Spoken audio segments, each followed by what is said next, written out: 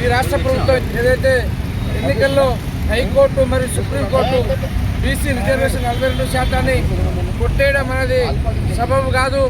దేశం మొత్తం ఏ కులం ఎంతున్నదో గంట రిజర్వేషన్ కావాల్సిందే. ఎస్సీ ఎస్టీ బీసీ ముస్లిం మైనార్టీతో పాటు ఓసీలో కూడా వారు ఎంత ఉంటే అంత రిజర్వేషన్ కావాలి.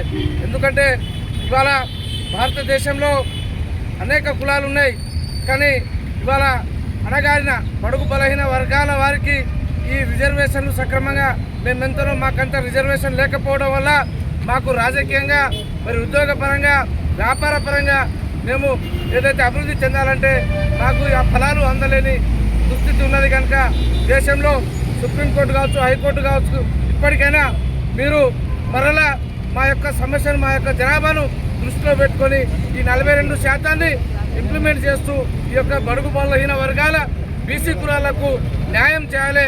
ఎందుకంటే ఇవాళ రోడ్ల మీదకి వచ్చి ఇవాళ ధర్నాలు రాస్తారోకోలు చేసే పరిస్థితి రావడానికి కారణం ఇవాళ చట్టాలు న్యాయస్థానాలు నాకు మా జాతులకు న్యాయం చేస్తున్నావు కనుకనే మేము రోడ్ల మీదకి వచ్చే పరిస్థితి వచ్చింది. కనుక ఇప్పటికైనా పురోగతి చేసి ఇవాళ పాలకులతో పాటు ప్రతిపక్ష పార్టీలు ఇవాళ యావత్ రాష్ట్రంలో ఉన్న అన్ని పార్టీలు, రాష్ట్రంలో ఉన్న అన్ని కులాలు ఈ బీసీ 42% మద్దతు బాటంగా ప్రకటిస్తున్నాయి. కనుక ఇవాళ ఏదైతే దేశ అత్యున్నత న్యాయస్థానం మరి రాష్ట్ర న్యాయస్థానం పరిశీలించి ఈ యొక్క రిజర్వేషన్లు అమలు చేసి బడుగు బలహీన వర్గాలకు రాజకీయ ఆర్థికంగా అభివృద్ధి చెందేందుకు అవకాశాలు ఇవ్వాలని కోరుతూ సెలవు తీసుకుంటున్నాను. జై హింద్.